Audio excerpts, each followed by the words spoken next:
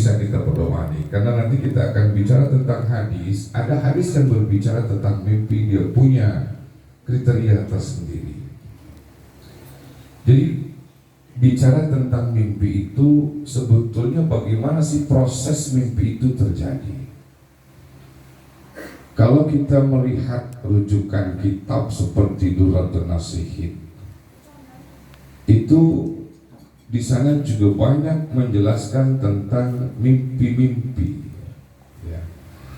Dan sesungguhnya proses mimpi itu ada dua, saya lihat. Ada mimpi yang benar, ada mimpi yang gak benar. Mimpi yang benar itu bisa dijadikan sebagai salah satu hujjah. Bagaimana juga kita di dalam agama melalui proses mimpi menjadi syariat. Contohnya seperti azan. Azan itu kan dari proses mimpi, Bapak. Sahabat Nabi diajarkan di dalam mimpi tentang bagaimana berazan. Dan kemudian mimpi itu disampaikan kepada Nabi, dan kata Nabi, malaikat Jibril pun sudah menyampaikan itu kepada saya. Artinya mimpi bisa dijadikan pedoman. Dan mimpi itu adanya di mana dalam diri kita? Nah, ini saya bawa ke alam yang rada jauh, Pak, ya. Bapak ini kan sekarang berada di alam nasut namanya nih. Alam apa, Pak? Nasut. Nasut itu artinya alam materi, alam yang bisa disentuh. Ini namanya alam nasut. Saya ini berada di alam materi, alam nasut. Alam nasut itu juga ada tingkatannya. Jadi nanti kalau udah beralih dari alam nasut masuk ke alam malakut, dari alam malakut masuk ke alam jabarut masuk lagi ke alam lahut nanti masuk lagi ke alam hahut namanya. Apalah? Saya kan belum hafal. Alam nasut, alam materi. Alam materi itu ada tahapannya. Ketika kita bicara tentang ilmu sihir, di mana ilmu sihir itu berada saat ini? Ketika kita bicara tentang ilmu pelet, tahu pelet, Pak? Bukan ayam, bukan lele. Di mana adanya ilmu pelet itu? Ilmu pelet bersemayamnya di mana? Ilmu sihir bersemayamnya di mana? Kalau ada orang ngobatin ruqyah, ruqyah itu kan jampe, Pak. Wah, cuman bahasa Islam katanya. Wah, gua mau dari ruqyah kali. Yalah, di ruqyah, lu dijampe maksudnya. Iya, Al-Kika, aku pernah menjampemu. Katanya Nabi juga pernah Nabi itu punya jampe-jampe.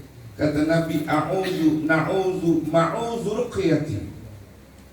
Ma'udzu itu adalah jampeku. Berarti Allahumma inni a'udzu bika. Itu artinya jampe. A'udzu bika minal khubus wal khaba'is. Jampe itu, Pak. Lah khubus artinya apa? Setan lanang. Khaba'is setan wadon. Pada saat kita berbuka aurat, itu kan setan resep banget ngiatin kita.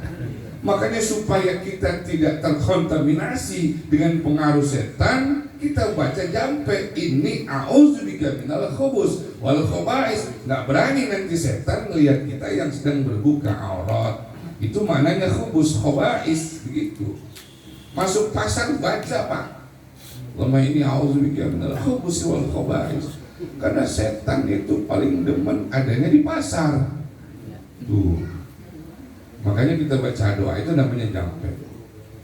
Nah, ketika kita bicara tentang di mana ilmu-ilmu ini berada, dia nggak ada di alam malakut, nggak ada. Dia nggak ada di alam jabarut, tidak ada. Tapi dia adanya di alam nasut, di alam materi. Cuma kalau alam materi, alam nasut itu bangsa jin juga berada di sana. Jadi kalau kita bicara tentang jin, kan bagian dari sesuatu yang gaib, yang tidak kelihatan. Nanti kalau kita bicara tentang perkara yang gaib, alif lam mim zalikal kitabul la raiba fi Hudal lil muttaqin alladzina yu'minuna bil ghaib. Ghaib itu nanti ada dua, ada ghaib mutlak, ada ghaib nisbi. Ghaib mutlak Allah Subhanahu wa taala. Ghaib nisbi itu bangsa jin. Ghaib keberadaannya tidak terlihat tapi bisa kita rasakan. Dulu saya pernah Pak lagi jadi santri itu belajar ilmu ceritanya. Dalam hati saya ngomong, gue pengen tahu masa kehidupan bangsa jin kayak apa. Saya datang sama guru, saya pengen punya ilmu ngeliat jin. PA juga waktu itu saya pengen tahu nih, pengen ngeliat jin bagaimana sih rupanya. Tapi kemudian sang guru menyatakan, yarona huwa wa qabiluhu min haitsu la tarunahu. Baca Quran yarona, dia ngeliat kita. Min haitsu la tarunahu, tanpa kita bisa melihat hakikat mereka. Kita bisa dilihat oleh mereka, tapi kita tidak bisa melihat hakikat mereka. Kita nggak bisa melihat hakikat setan, kita nggak bisa melihat hakikat jin. Yang kita lihat hanyalah penjelmaannya saja. Setan terdiri dari 360 suku. 360 suku. Ada yang hafal Pak? 360 hari. Saya insya Allah hafal, tapi nggak sampai 300. Saya pikirin buat apaan juga gue ngapalin nama-nama setan. Kagak ada, kalau kata nenek-nenek, kagak ada manfaatnya, kagak ada manfaatnya. Gitu. Ya setan di sekitar kita ada. Di sini ada Wasnan, ada suku Dasim, ada suku Khonzab, ada suku Zalambur, ada suku Tolu, ada suku Suksuk, ada suku Gilang, dan lain sebagainya. Ya, tapi kalau bapak-bapak masuk ke rumah itu juga ada setan itu. Itu Dasim kiri kanan loh Pak. Dasim, Wasnan. Apalagi ngaji begini nih. Wasnan banyak banget ini nyelip nih. Coba lihat ke kiri kanan bapak tuh. Iya, ini pada ngantuk.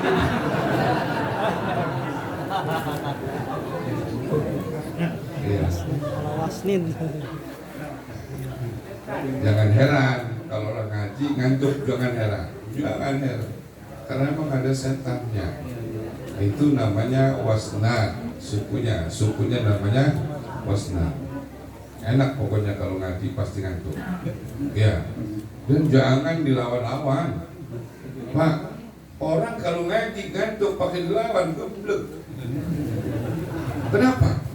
Lah, kalau kita nggak bisa tidur di rumah, saat kita datang ke pengajian dan kita bisa tidur, itu nikmat anugerah yang terbesar dalam hidup kita. Syukuri bisa tidur. Kalau perlu kita cari kipas angin, cari tembok. Kalau perlu juga di depan kita orang yang badannya lebih besar dari kita. Kan ngaling kita, nggak kelihatan sama guru. Oh luar biasa itu. Kita bikin setan kesel sama kita. Gue godain biar ngantuk loh. Biarin, emang gue pengen tidur. Ya gue tidur aja orang ngaji dapat pahala. Nggak apa-apa Pak. Kenapa? Kita kan satu keistimewaan bagi orang yang ngaji, datang ke majelis ilmu, udah digelarin sayap malaikat. Jangan kira itu malaikat kagak repot kalau orang mengaji. Sore-sore malaikat udah pada gelar sayapnya buat kita dudukin. Beruntung banget yang pada ngaji, kenapa? Duduknya di atas sayap malaikat. Makanya sayap malaikat kalau bisa jangan diilerin. Tidur. Ya. Saya baca pernah Pak dalam kitab namanya Ithafus Sadatil Muttaqin itu ya. Di juz pertama syarah daripada kitab Ihya Ulumuddin. Itu di situ ketika ada hadis yang menyatakan tentang innal malaikata la tadau ajnihataha li talibil ilmi ridwan bima yatlub. Sesungguhnya malaikat menggelar sayap-sayapnya untuk orang yang menuntut ilmu karena ridho dengan apa yang dia cari. Itu ada orang munafik tidak percaya. Gua pengen bukti nih, pengen tahu malaikat sayapnya digelar kayak apa ini sayapnya malaikat. Kalau buat tusuk pakai paku. Akhirnya dia buat sendal. Sendalnya itu terompahnya Pak ditarik paku. Ini dalam kitab Ithaf. Kemudian dia sudah punya niat mau nyakitin malaikat. Dia masuk ke masjid. Sebelum masuk ke masjid langsung dilemparin nama malaikat. Itu jauh terlemparnya Pak, sampai sekilo lebih jaraknya. Kagak nyampe masuk. Artinya apa? Kebenaran hadis itu tidak diragukan, dibuktikan dengan pula orang munafik yang ingin membuktikan kebenaran hadis itu. Ya, itu hebatnya tuh orang ngaji itu. Ini anggap aja ngaji deh Pak. Tadi beliau juga ini kayak Junedi menyatakan bahwa kita ingin mengambil faedah, kita ingin ngaji dan sebagainya. Anggap aja ngaji, dan kalau ada yang ngantuk jangan ditahan-tahan. Tidur aja. Dan saya ridho kalau tidur semua. Ya kalau pada tidur ya saya hormati perasaan bapak-bapak, ya pulang pelan-pelan saja daripada nanti bapak terganggu ya. Baik, kita kembali lagi ke cerita tentang ruqyah. Nanti kaitannya dengan kematian, orang mati di alam barzakh. Dia ada di mana, dan ketika bermimpi itu berarti berada di alam yang mana ya. Sebetulnya nggak ada tema nih Ustaz, tapi karena beliau tadi memancing, saya resep juga nih. Dipancing dulu ternyata saya harus keluar tentang ru'yah shadiqah, kaitannya dengan alam nasut dan lain sebagainya ya. Jadi alam nasut itu ternyata dia punya tingkatan. Ada yang di tingkatan yang rendah, ada di tingkatan yang tinggi. Dan itu ternyata setan kumpulnya tidak bareng dengan bangsa jin yang muslim ya. Nanti terakhir baru saya sebutkan referensinya ya. Setan itu dia berada di tempat yang terendah, dan bangsa jin ada di atasnya. Kalau misalkan bangsa jin yang muslim dan kemudian setan itu dicampurin jadi satu, itu pasti ribut, berantem Pak. Makanya dia punya tempat yang terpisah, masih di alam yang sama, tapi di level yang berbeda. Dan ketika orang itu belajar ilmu sihir, maka dia berada di komunitas bangsa setan tersebut. Setan itu ternyata punya keturunan juga dia, dan dia beranak pinak. Posisi setan yang paling tinggi dan raja setan itu namanya kan Azazil tuh. Kalau malaikat, kalau kita manusia, ada yang pertama, manusia pertama namanya Adam. Kalau setan yang pertama namanya Azazil. Dia adalah orang, dialah makhluk yang pertama kali menempati surga. 6.000 tahun dia berada di dalam surga. Kemudian 1.000 tahun berikutnya Nabi Adam baru diciptakan oleh Allah. Maka dengan alasan senioritas, setan kagak mau dia disuruh sujud, tunduk, hormat terhadap Nabi Adam. Ana khairum minhu, khalaqtani min nar wa khalaqtahu min tin. Itu kata setan kan begitu. Ogah dia, alasan senioritas. Gue senior. Kayak kadang-kadang ada orang songong banget, dia kagak tahu siapa gue. Gue ini seniornya. Setan dulu itu. Ngomong dia udah pokoknya. Senioritas. Benar itu, benar. Itu ada khairun minhu. Kata setan, aku lebih baik daripada Adam. Jadi kalau Azazil dia punya anak namanya Lakis. Lakis punya anak namanya Hayim. Hayim punya anak namanya Hama. Ini Hama nih yang memprovokasi terjadinya pembunuhan antara Qabil dan Habil. Dia sukunya namanya Hama. Anak cicitnya Azazil. Azazil punya anak namanya Lakis. Lakis berarti anak. Lakis punya anak namanya Hayim. Hayim punya anak namanya Hama. Cicitnya berarti, cicitnya Azazil. Itu yang memprovokasi terjadinya permusuhan antara Qabil dan Habil itu Pak ya. Nah ini kalau ini tafsir yang bicara, tafsir Ibnu Abbas diantaranya. Nah jadi ketika sihir adanya berarti di komunitas setan, dan kemudian bangsa jin itu dia berada di atasnya. Berarti ruqyah, kalau kita beruqyah itu ke situ dia larinya. Dari situ diambilnya itu ruqyah yang shadiqah ya, ruqyah yang benar. Nah ini di alam namanya alam nasut. Kalau mimpi berarti dia bukan di alam nasut. Di mana dia adanya? Nah dia adanya bukan di alam nasut tapi di atas alam nasut. Di atas alam nasut ada namanya alam malakut. Alam malakut itu alamnya malaikat. Ya, alam malakut itu kerajaan Allah yang dihuni oleh para malaikat. Nah, di alam jabarut ini bagian daripada alam yang ukhrawi. Salah satu bagian daripada perbatasan alam yang bukan alam dunia, bukan alam akhirat, itu namanya alam barzakh. Salah satu dari bentuk alam. Barzakh itu adalah bahasa kitanya batas. Kalla innaha kalimatun huwa qailuha wa min waraihim barzakhun ila yaumi yub'atsun. Barzakh artinya alam tapal batas. Manusia yang sudah meninggal dunia, keluar dari dunia, keluar dari alam nasut, belum masuk alam akhirat, dia berada di alam tapal batas, namanya barzakh. Berarti barzakh itu belum akhirat tapi sudah keluar dari dunia. Almarhumah Ibu Hajah Nur Jannah malam ini berada di alam tapal batas, namanya alam barzakh. Nah, kalau alam mimpi, apakah alam mimpi bagian dari alam barzakh? Bukan. Karena mimpi itu pada hakikatnya ada pada diri seseorang. Di mana dia adanya? Dia berada di sini, Pak. Nih, badan kita ada kepala. Di kepala kita di sini ada namanya nasiyah. Yang pada saat kita bayi gerak-gerak. Namanya apa? Bun-bunan. Bun-bunan apa ubun-ubun? Hah? Ubun-ubun apa bun-bunan? Nah, pokoknya dia dah. Itu bahasa Betawi itu kayaknya ya.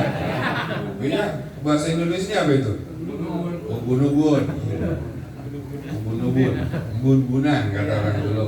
Betawi yang bahasanya begitu. Ya resep sih orang Betawi mah. Iya hebat. Iya, saya lihat itu orang Betawi ngomongnya enak-enak Pak. Dan lebih lengkap saya lihat dari bahasa Inggris. Kalau belajar bahasa Inggris, nasi bahasa Inggrisnya apa? Rice. Rice. Lontong? Rice. Rice juga kan? Kalau beras yang setengah matang? Aron. Rice juga bukan? Rice juga, tapi setengah matang. Kalau kita namanya? Aron. Tanya orang Inggris, Aron ngerti bukan ada? Kehebatan kita berarti. Hebat bahasa kita itu. Iya. Apa nasinya kering? Kering. Rak. Rak. Bahasa Inggrisnya? Rice. Ya rice. Yang dibungkus panjang? Lontong. Apa bahasa Inggrisnya? Rice Ya juga. rice juga. Yang sampai hancur itu beras. Bubur. Apa bahasa Inggrisnya? Dia juga. Coba kalau kita, perbendaharaan kita mantep udah. Kalau panjang juga lontong udah. Asal empuk juga bubur udah. Asal sampai kering. Kerak. Hebat udah bahasa kita. Jadi ubun-ubun, bun-bunan dia juga. Ya, kalimat sawak namanya. Kalimat sama. Nasiyah ini adalah disebut tempat kesadaran manusia. Tempat kesadaran manusia adanya di sini. Tempat kesadaran manusia ini namanya rawan atau raihan. Manusia kalau rawannya ada di sini, di ubun-ubun, itu manusia sadar.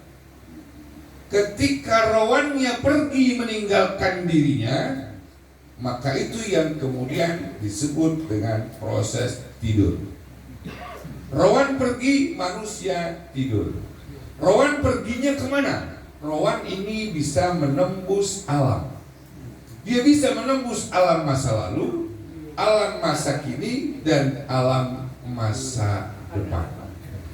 Ketika alam ini bisa menembus alam masa lalu, masa kini, masa depan, maka pada saat tergambar apa yang dia lalui, dia akan menjelma menjadi satu bayangan saat dia tidur yang kemudian disebut dengan mimpi.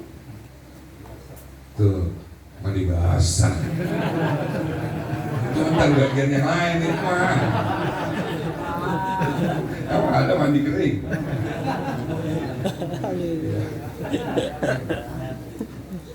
Jadi pada saat manusia itu rohannya pergi ke masa lalu, pernah gak kita ngimpi, ya Allah malam gua ngimpi ketemu teman-teman gua waktu sekolah MI, ketemu teman-teman gua waktu sekolah SD main gelunduk, main kelereng dan lain sebagainya.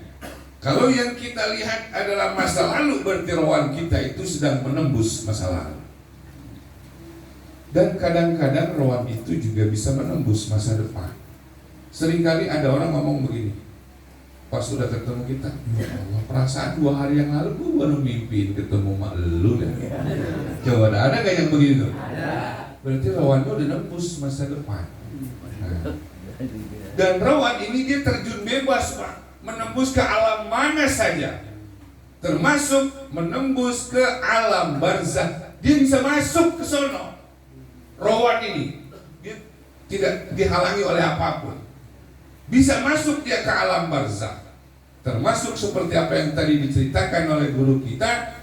Ternyata pada saat beliau Abi Kilabah bermimpi, berarti Imam Abi Kilabah itu rohannya sedang menembus alam barzakh, dan itulah kenyataan yang beliau lihat. Jadi gak heran kalau misalkan kita itu ngimpi ketemu sama orang yang sudah meninggal. Itu bisa saja benar. Yang penting proses mimpinya dulu kita lihat, ya. Proses mimpinya, tidurnya maksudnya. Kalau tidurnya telanjang, agak pakai baju, gue malam ngimpi ketemu Nabi, pasti bohong. Pasti bohong. Gue tidur pakai sempak doang. Bagaimana bosnya?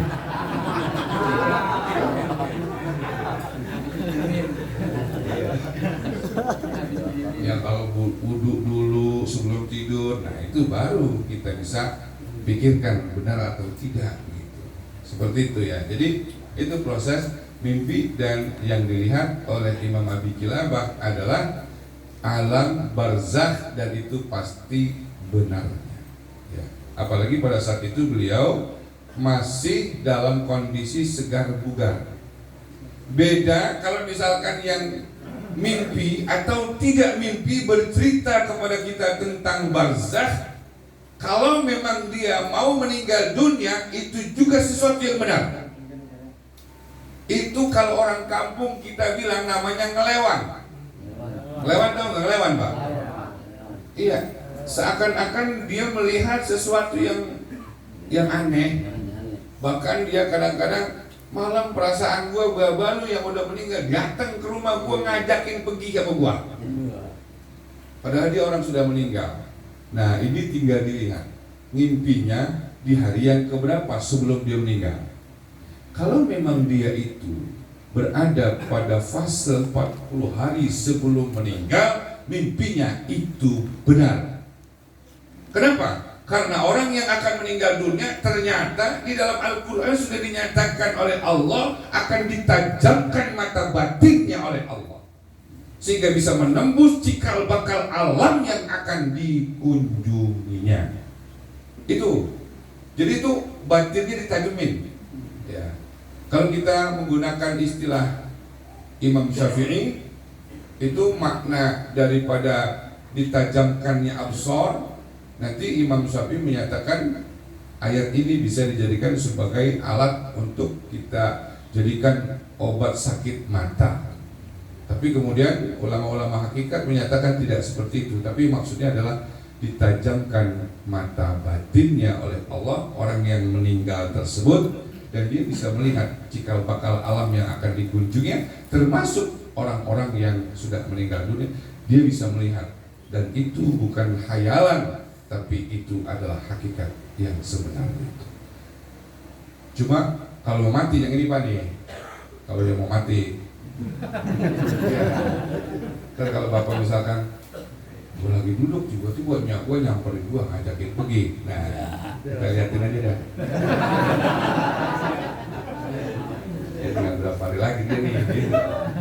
Iya, kalau misalkan dia meninggal, berarti yang dilihat paling betul-betul emaknya dari alam barzakh, karena dia bisa menembus ke sana itu.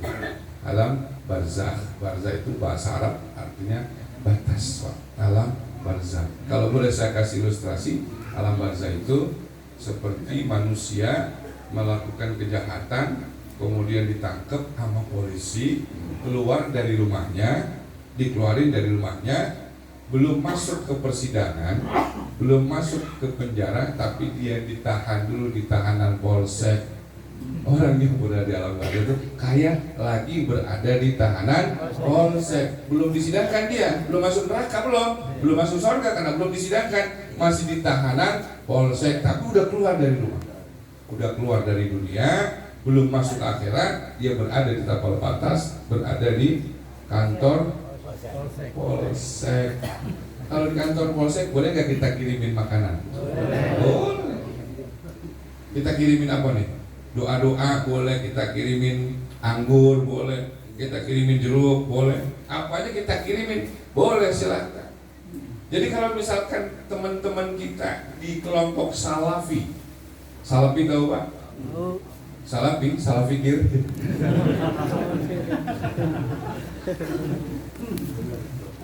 Ya salah fikir beda pikirannya dengan kita. Nah, kalau kata kita kan orang yang sudah meninggal dunia itu kan sampai kiriman-kiriman yang kita baca buat mereka. Kan kalau kata mereka kagak sampai, kata dia kok gua bakalan sampai kita ngirimin ke akhirat buat orang-orang yang meninggal. Kalau bahasanya ke akhirat, gua setuju. Kita setuju. Kenapa? Karena di akhirat udah kagak ada yang ngirimin apa-apa. Maksudnya kita kirimin doa, kita kirimin Fatihah itu kalau mereka masih berada di alam barzakh, belum masuk akhirat. Kalau misalkan dikatakan apa yang kamu kirimkan, yang tujuannya untuk keluarga kita yang sudah meninggal dunia, yang sedang berada di akhirat, kita kirimin sedekah, gak bakalan nyampe. Saya setuju kalau bahasanya akhirat. Nah, orang yang meninggal dunia kan bukan di akhirat, baru di alam barzakh. Makanya saya katakan salah fikir, belum nyampe ke sono ilmunya. Kala innaha kalimatun wa qailuha wa min waraihim barzakhun ila yaumi yub'atsun. Kalau ke alam barzakh pasti nyampe. Kalau ke akhirat kagak bakalan Pak nyampe. Kenapa? Lah kita juga ntar bareng di akhirat. Jadi sama-sama di akhirat. Kan alam itu kelihatan banget kalau kata agama. Contohnya Syekh Muhammad Amin Al-Qurdi misalkan, di dalam kitabnya Tanwirul Qulub fi Mu'amalati 'Alamil Ghuyub itu kan belum mengatakan fase kehidupan manusia itu sesungguhnya adalah akan menjadi penghuni sorga. Manusia itu berasal dari sorga, Nabi Adam dari sorga, maka semua kita nanti akan kembali ke sorga dan kita akan kekal selamanya di dalam surga. Kenapa? Innama khuliqtum lil abad walakinnakum tantaqiluna min makanin ila makanin akhar. Pada hakikatnya kalian diciptakan untuk menuju keabadian. Adapun kematian hanya merupakan proses perpindahan alam saja. Hakikatnya kita nanti akan menjadi makhluk yang abadi, kematian cuma pindah alam. Coba dah, kita berapa kali mati? Pernah itu nggak Pak berapa kali mati? Sebetulnya pernah mati dulu Bapak. Ah, belum pernah Ustaz. Ya kalau gue mati gue ditahlilin dong. Dulu sebelum Bapak menjadi janin, Bapak hidup apa mati? Mati. Terus jadi janin. Jadi janin ada dalam perut ibu berapa lama hidup di sana? 9 bulan. Ada yang mengatakan 2 tahun, 4 tahun. Imam Syafi'i itu misalkan, itu beliau sampai 4 tahun. satu riwayat. Ya, di dalam kandungan ada yang mengatakan 2 tahun. Berarti alamnya itu alam rahim. Kita hidup di alam rahim. Pada saat kita mau keluar dari alam rahim, kita mati gak? Mati dulu, Pak. Kalau kita kagak mati, kasihan orang tua kita. Wah, benar-benar. Ini di alam rahim hidup. Oh, ditandai dengan gua gerak-gerak. Apalagi yang baru ketembin punya orang, baru kawin, bininya asal perutnya gerak-gerak gitu. Bilang, gua lakuin gua anak gua. Ya, belum tentu anak gua hidup. Anak gua aja. Jadi ditandai dengan gerak-gerak itu kan.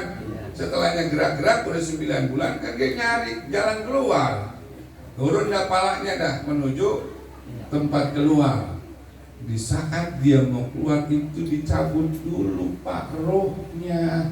Mati dulu itu bocah, dan itulah bentuk pengabdian orang tua terhadap Allah melalui tuntutan supaya anaknya bisa keluar. Kalau bahasa kampung saya dikedenin, bahasa Inggrisnya diterenin. Pokoknya dia ada, pokoknya dah. Itu pada saat dikedenin bayi udah mati tuh. Saat dikedenin keluar ceprot, ada yang buru-buru nangis, ada yang kagak. Ada yang nangis, ceprot berarti segera dikembalikan rohnya. Nangis dia, ditandai itu. Ada yang lama nangisnya, kadang-kadang sama bidan ditabok-tabok dulu. Diangkat ditabok, kaplok, baru nangis. Berarti rohnya baru dikembalikan. Kita itu pernah mengalami kematian sebetulnya. Karena perpindahan namanya mati, perpindahan alam memang proses untuk menuju keabadian. Hidup dah kita di sini dari bayi terus gede sampai tua sampai hari ini. Ntar kita mati lagi apa kagak nih? Mati lagi Pak. Mati dah kita. Setelahnya kita mati, hidup lagi nggak?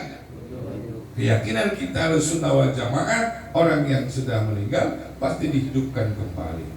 Ceprot lahir, mati, terus pada saat kita mati, minha khalaqnakum wa fiha nu'idukum wa minha nukhrijukum takratan ukhra. Itu dikembalikan datu. Jasad kita terbuat dari tanah, dipulangin ke tanah. Dipulangin ke tanah karena kita emang dari tanah. Bahwa kita kan minyak kita asalnya dari tanah. Nabi Adam dari tanah. Kemudian bapak kita minyak kita makan nasi dari padi ditanam di sawah itu berarti padi menyerap saripati tanah. Launya apaan? Ayam makan rumput ditanam di tanah. Dari tanah juga itu daging ayam makan sama orang tua kita dimakan, bapak kita makan, ibu kita makan. Malam Jumat saripati tanah dikumpulin jadi satu, jadi indung telur, proses pembuahan terjadi. Jadilah kita dari tanah. Kalau kagak percaya, gosok tuh tangan kalau kagak ada dakinya coba.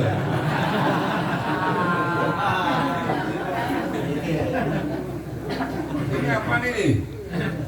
Al-Araq al-Mujammid namanya. Keringat yang mengeras. Apaan dia? Tanah, daki itu. Karena kita emang asalnya dari dikembalikan ke jasad kita, dipulangin ke tanah dah. Pulangin ke tanah. Nah terus malaikat nanyanya sama siapa? Kan jasadnya kembali ke tanah. Tanah itu masih alam nasut. Bumi masih alam nasut. Tanah dikembalikan ke tanah. Udah biarin. Ini jasad kita bahkan bakalan hancur. Maka jangan percaya kalau ada konten video yang menyatakan bahwa disiksa, digejek di dalam kuburan. Teriakan itu sangat mengenaskan sekali. Woi, itu di alam mana? Di alam mana itu? Alam barzakh itu nanti terjadi di alam barzakh, mesti bukan di alam nasut, bukan di kuburan. Ada kuburan namanya alam nasut, alam kubur baru namanya alam barzakh. Ini kudu beda nih, kita harus bedain nih. Ya. Nanti jasad kita dari tanah kembali ke tanah, hancur dimakan cacing tanah. Yang pertama kali hancur tubuh kita itu adalah kemaluan, yang kedua perut. Perut kita nanti membesar, meledak, hancur, tanah cacing pada masuk, habis digerogotin tinggal tulang doang. Nah, terus malaikat nanyanya di sebelah mana? Lo idul. Udah jam 10 Pak ini. Besok apel ini.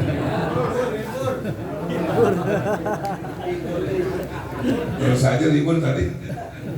Ya, dulu Pak, ini kagak enak amat baru sampai situ ini. Iya belum sampai sono belum. Baru nyampe di sini di alam tanah nasut ya. Dan nanti manusia itu ketika berada di alam barzakh ditanya sama malaikat, itu yang ditanya sama malaikat ruhnya apa jasadnya? Kan jasadnya udah ditanam di tanah. Nih Pak, menurut keyakinan Ahlussunnah wal Jamaah seperti ditulis pula oleh Syekh Muhammad Amin Al-Qurdi tadi, itu beliau menjelaskan, dan ini juga banyak referensi dari kitab-kitab lain ya, di Ihya juga dijelasin. Ternyata manusia pada saat dia itu rohnya keluar, ini rohnya dicabut nih Pak nih. Pada saat rohnya dicabut, itu ruhnya dipakein kain kafan kalau dia seorang muslim. Kain kafan itu nama kain kafannya kain kafan barzakhi namanya. Malaikat Israel cabut, ruhnya tidak telanjang tapi ditutup dengan kain kafan barzakhi. Begitupun pada saat manusia itu jasadnya sudah dipendam di dalam tanah, dan pada saat itu sudah dibacakan talqin, dan pada saat itu 7 langkah orang yang baca talqin meninggalkan kuburan, maka pada saat itulah Allah memberikan baju yang baru, jasad yang baru untuk rohnya, dan jasad itu disebut dengan jasad dan barzakhian, jasad barzakhi namanya. Dan disitulah nanti akan ada pertanyaan, malaikat munkar nakir digedik, disiksa pakai jasad yang baru, namanya jasad barzakhi. Kalau misalkan jasadnya jasad jasmani Pak, kagak masuk akal kita ngirimin ini dapat pahalanya buat si bulan. Kan pahalanya bentuknya apa coba dah? Tapi kalau sudah jasadnya jasad barzakhi, masuknya ke alam barzakh, pahala itu sesuai dia berada di alam barzakh. Begitu. Ini kadang-kadang ada orang blow on. Mohon maaf saya kata blow on. Bapak saya dulu pada saat masih hidupnya guru demen banget sama pecak lele. Sehingga kalau ada acara 40 hari, 100 hari, ada acara haul, ada acara ngapain aja, jangan tinggalkan pecak lele. Kenapa? Ini makanan kesukaan bapak saya yang sudah meninggal. Emang ada pahala rasa pecak lele Pak? Enggak ada pahala pecak lele, enggak ada. Itu mau bahasa dunia. Kalau bahasa barzakh mah intinya adalah sodakohnya yang dapat pahala diterima di alam barzakh, baru mereka menikmati. Dan nanti mereka menikmatinya bagaimana? Kalau kita bicara tentang bagaimana kita dianjurkan untuk melakukan sholat sunnah namanya lil unsi bil qabr, itu dijelasin bahwa apa yang kita baca, apa yang kita persembahkan, apa yang kita sedekahkan akan menjelma pahalanya kepada orang yang meninggal dunia. Wajah ma'ahu nurun wa hadiyatun yu'nisunahu biha. Itu datang nanti cahaya hadiah yang mereka orang yang meninggal dunia akan bersenang-senang dengan cahaya dan hadiah yang kita kirimkan terhadap mereka.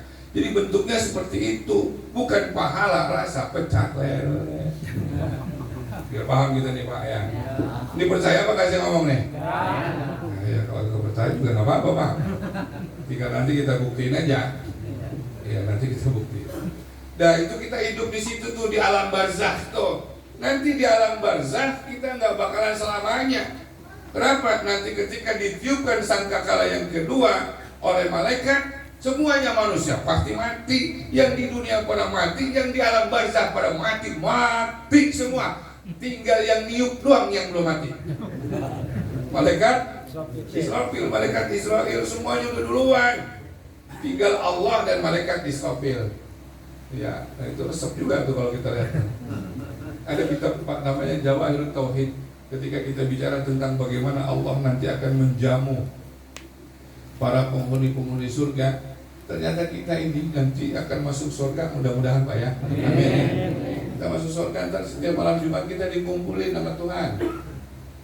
Suruh apa? Suruh ada acara nanti yang jadi sahibul barnamijnya, pembawa acaranya malaikat Jibril. Pembawa acaranya nanti malaikat Jibril. Ya. Terus ada koriknya juga. Yang korik malaikat Israfil. Kenapa malaikat Israfil? Karena malaikat Israfil yang paling panjang nafasnya. Malaikat yang paling panjang nafasnya siapa? Malaikat Israfil. Nah, kalau malaikat Israfil nafasnya kurang panjang lah, kiamat bangkrut. Pakai jadi Pak. Baru ditiup sangkakala separuh nafas habis lah. Masa separuh? Kiamat cuma separuh. Itu nanti ada seperti itu. Juga ada nanti ada kori-kori dari dunia, dari manusia maksudnya. Di antaranya Nabi Yusuf dan Muhammad nanti akan menjadi kori. Perjamuan di dalam surga itu ada Pak. Ada yang menjelaskan seperti itu. Di dalam kitab Jawahirul Bukhari, coba silakan yang punya itu nanti baca ya. Nah nanti semua manusia mati lagi, termasuk yang niup sangkakala meninggal, Allah Subhanahu wa Ta'ala sendirian. Dan pada saat itulah kemudian Allah perintahkan lagi malaikat Israfil, niup lagi sangkakala, hidup lagi manusia untuk yang kedua kalinya. Dan ini disebut dengan alam akhirat. Disinilah nanti akan terjadi banyak proses hisab, proses al-mizan, proses as-sirat, semuanya berproses. Dan kesimpulannya nanti akan ada dua golongan manusia. Ada ashabul yamin, ada ashabus shimal. Golongan kanan, golongan surga, golongan kiri, golongan neraka. Ada yang abadan abidin, ada yang tidak abadan abidin. Dan orang-orang yang dipastikan masuk surga, ashabul yamin, maka diperintahkan oleh Allah, udkhuluha bisalamin aminin khalidina fiha abada, juga kekal selama-lamanya di dalam surga. Berarti innama khuliqtum lil abad. Hakikatnya kalian diciptakan untuk menuju keabadian, dan kematian hanya proses perpindahan alam neraka. Jadi kita semuanya nanti akan menjadi makhluk yang abadi. Kita bakal kumpul lagi Pak di Sorota. Ya, makanya bapak-bapak yang amalnya banyak, tolong Pak nanti bantuin saya, cari saya ya Pak ya. Ini Ustaz Abid mana, kagak ada ini. Cari-cari Pak, mudah-mudahan nanti Bapak bisa memberikan syafaat sama saya. Menunggu tarik dulu, lagi begini-begini. Nah, mau juga misalnya. Jangan diri, beneran lagi. Tarik Pak saya Pak, biar kita bareng-bareng di sana. Kalau di surga Pak, udah kagak ada yang iri, kagak ada yang dengki, hati semuanya udah bening, udah bersih, kagak ada yang pendek, kagak ada yang tinggi, semuanya sama Pak. Kita semuanya nanti tingginya kayak Nabi Adam 6 meter kita punya tinggi, bini kita juga nanti 6 meter sama semuanya. Ngomongnya kagak ada yang bahasa Jawa, ngomongnya kagak ada yang bahasa Sumedang, ngomongnya kagak ada yang bahasa Inggris, semuanya pakai bahasa Arab. Ta'allamul Arabiyyah lisalas, kata Nabi, pelajari bahasa Arab karena 3, li'anni Arabiyyun, karena aku orang Arab. Wa kalam wal Qur'anu Arabiyyun, Qur'an bahasa Arab, wa kalam ahlul jannah Arabiyyun, dan pembicaraan di dalam surga menggunakan bahasa Arab. Udah sekarang biar kita agak paham. Soalnya bentar paham Pak udah. Kalau sekarang kan kita kadang-kadang begitu udah ngomong, gua bingung banget masa ngomong Arab kagak paham. Ya itu makanya ada orang banyak haji yang kita dengar begitu, gua nawar ini harganya gua agak tahu, tapi gua tahu sembahyang maghrib 3 rakaat. Salah rakaatin. Adaan. Nah gitu deh. Ya, ngomong Arab ya pakai bahasa sembahyang. Kagak apa-apa udah. Ya. Dari teman saya haji kemarin, tadi Bapak sahabat kemarin. Ketemu kemarin nyamperin saya tuh, alhamdulillah. Emang haji kemarin itu Masya Allah Pak, banyak suka dukanya. Orang-orang tua mulu, 87% itu ramah lansia, aki-aki mulu, juara buat Jawa haji cakep. Empat kali gitu yang rada bagaimana semangatan gitu, ngurusin aja Pak, aki-aki mulu mana nenek-nenek. Udah gitu aki-aki mananya adatnya gede-gede banget. Ada kampung dibawa ke Mekah. La ilaha illallah. Saya dibangunin mulu, dia malah blok. Assalamualaikum. Apa? Bro, ada yang berantem. Saya samperin, emang tuh bapak-bapak ada berdarah di apa bibirnya. Gua mau. Ngapa Pak? Saya ditonjok katanya guru. Tonjok ke siapa? No, dari dalam. Dari dalam keluar bininya. Apa kata bininya? Siapa yang nonjok lo katanya? Lu nya aja keboketan. Gua lagi berak, lu ciumin aja katanya. Dia lagi berak, diciumin aja Pak. Dia berebutan, gua gigit bibir lakinya. Nah, dan begitu guru disuruh ngurusin. Ini banyak cerita Pak ya, banyak. Alhamdulillah bidalik ya. Barangkali ini saja Ibu yang dapat saya sampaikan. Terakhir kita baca Fatihah untuk almarhumah Ibu Hajah Nur Jannah binti Pengaji Abdus Somad. Semoga amal ibadah beliau diterima oleh Allah Subhanahu wa taala dan penuh segala dosa-dosanya, dan Allah jadikan kuburnya Allah min riyadil jannah. Berikan dia Al-Fatihah. Alhamdulillah ya kan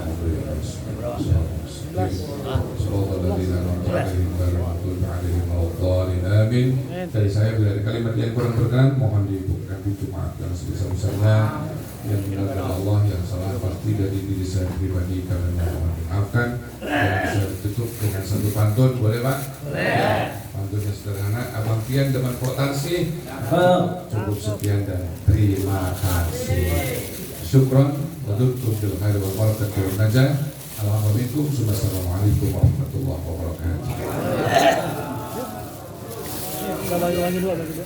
Alhamdulillah, demikian apa yang guru kita sampaikan tadi. Semoga mendapatkan khazanah keilmuan kita untuk sama-sama kita mempersiapkan hidup menuju kematian, dan juga apa yang akan kita persiapkan untuk menuju kematian. Hadirin jamaah Majelis Taklim rahimakumullah, untuk acara selanjutnya yakni doa dan penutup. Sebelum doa, kami selaku pembawa acara mengucapkan ribuan terima kasih kepada kehadiran para bapak semuanya. Juga mohon maaf apabila dalam memimpin acara ini terdapat kekurangan dan kekeliruan. Untuk doa yang akan dipimpin kepada guru kita Al-Mukarram Ustaz Abdul Fakih MKD. Dari saya cukup sekian. Wassalamualaikum warahmatullahi wabarakatuh.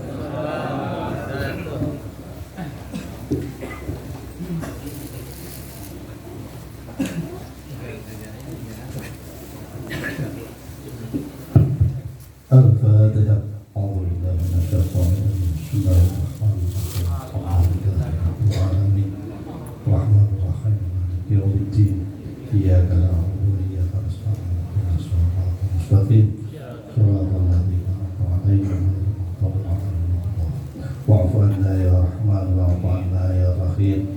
اللهم بحق الفاتحة وبكرامة الفاتحة وبمعجزات الفاتحة يا فارج الهم يا كاشف الغم يا من عبده يغفر ويرحم ويا دافع البلاء يا الله ويا دافع البلاء يا رحمن ويا دافع البلاء يا رحيم. دعوهم فيها سبحانك اللهم وتحيتهم فيها سلام واخر دعواهم الحمد لله رب العالمين. السلام عليكم ورحمه الله وبركاته.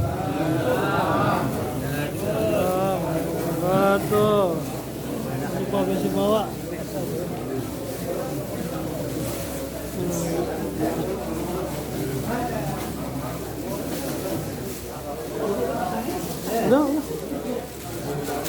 Udah.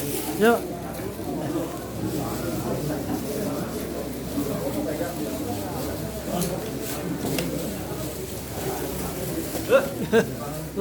Wah, wesek.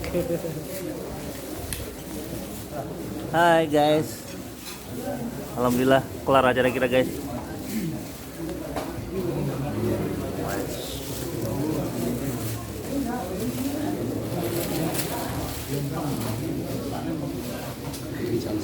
Iya, kami lah.